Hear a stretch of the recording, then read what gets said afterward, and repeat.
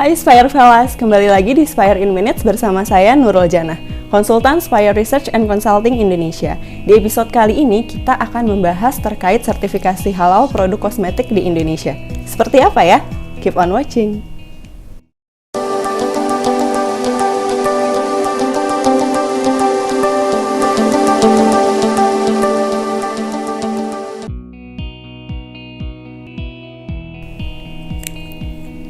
Sebagai salah satu negara dengan penduduk muslim terbanyak di dunia, Indonesia berhasil menjadi peringkat keempat di dunia sebagai salah satu negara dengan indikator ekonomi Islam yang terus membaik. The State of the Global Islamic Economy Report 2022 mengungkapkan bahwa Indonesia merupakan salah satu negara konsumen produk halal terbesar di dunia yang mencakup 11,34% dari pengeluaran halal global. Di sektor makanan halal, Indonesia merupakan konsumen terbesar kedua di dunia. Sementara di sektor farmasi dan kosmetik halal, Indonesia menjadi konsumen terbesar ke-9 di dunia. Populasi Muslim Indonesia yang besar, yaitu sekitar 225 juta jiwa, merupakan pendorong utama pertumbuhan kosmetik halal, didorong juga oleh populasi usia mudanya. Selain itu, pemerintah juga melakukan langkah strategis untuk mengembangkan ekonomi Islam, yaitu dengan mewajibkan produk yang masuk, beredar, dan diperdagangkan di wilayah Indonesia bersertifikat halal, kecuali produk yang berasal dari bahan yang diharamkan. Kewajiban bersertifikat halal oleh Badan Penyelenggara Jaminan Produk Halal mulai diberlakukan sejak 17 Oktober 2019. Pada tahap pertama, kewajiban ini diberlakukan untuk produk makanan, minuman, serta hasil dan jasa sembelihan.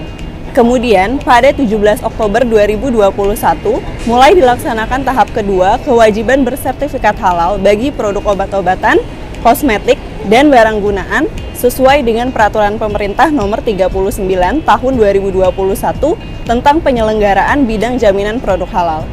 Aspek yang dilihat pada produk kosmetik halal mencakup bahan, semua proses yang terlibat dalam produksi, hingga ke pengiriman kepada konsumen, serta evaluasi keamanan dan kemanjuran produk. Perwakilan Lembaga Pengkajian Pangan, Obat-obatan, dan Kosmetika Majelis Ulama Indonesia menyampaikan 5 alasan kosmetik perlu disertifikasi halal. Di antaranya, memenuhi kebutuhan konsumen muslim, keunggulan kompetitif, memenuhi peraturan pemerintah, beberapa bahan kosmetik kritis dari segi kehalalannya, serta beberapa kosmetik tahan air.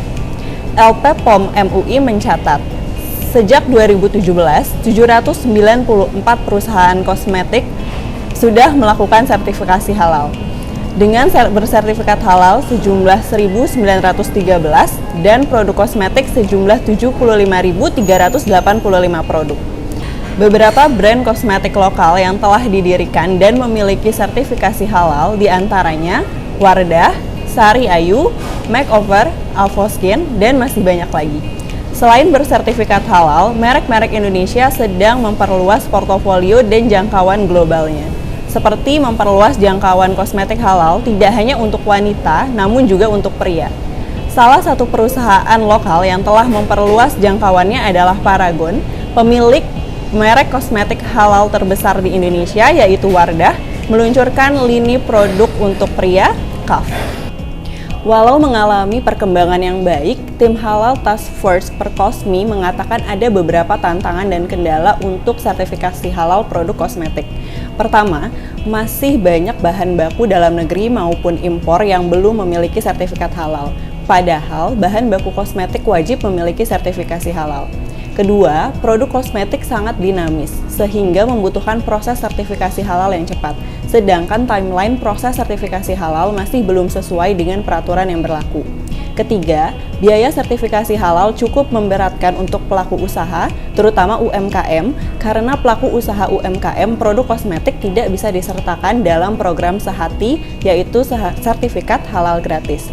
Keempat, produk impor kosmetik harus memiliki sertifikat halal yang diterbitkan oleh BPJPH, namun dalam pengajuan sertifikat halal pada produk kosmetik impor, biaya pemeriksaan halalnya sangat besar, karena dibutuhkan audit fasilitas luar negeri. Kelima, belum ada media konsultasi yang fast responsif dan solutif dengan BPJPH. Keenam, masih terbatasnya edukasi mengenai halal supply chain bagi para distributor dan retailer. Dalam menjawab tantangan dan kendala tersebut, Perkosmi menilai perlu adanya dukungan yang diperlukan untuk sertifikasi halal produk kosmetik. Seperti, pertama, simplifikasi persyaratan dokumen pendukung bahan baku halal. Kedua, percepatan mutual recognition and acceptance lembaga halal luar negeri dengan memasukkan produk jadi kosmetik ke dalam list yang dapat disertifikasi di LHLN. Ketiga, BPJPH agar dapat bekerja sama dengan LPH di luar negeri sehingga dapat meringankan biaya pemeriksaan audit halal di luar negeri. Keempat, fleksibilitas pada penerapan sistem jaminan produk halal, terutama pada proses distribusi dan penyajian produk menjadi kosmetik.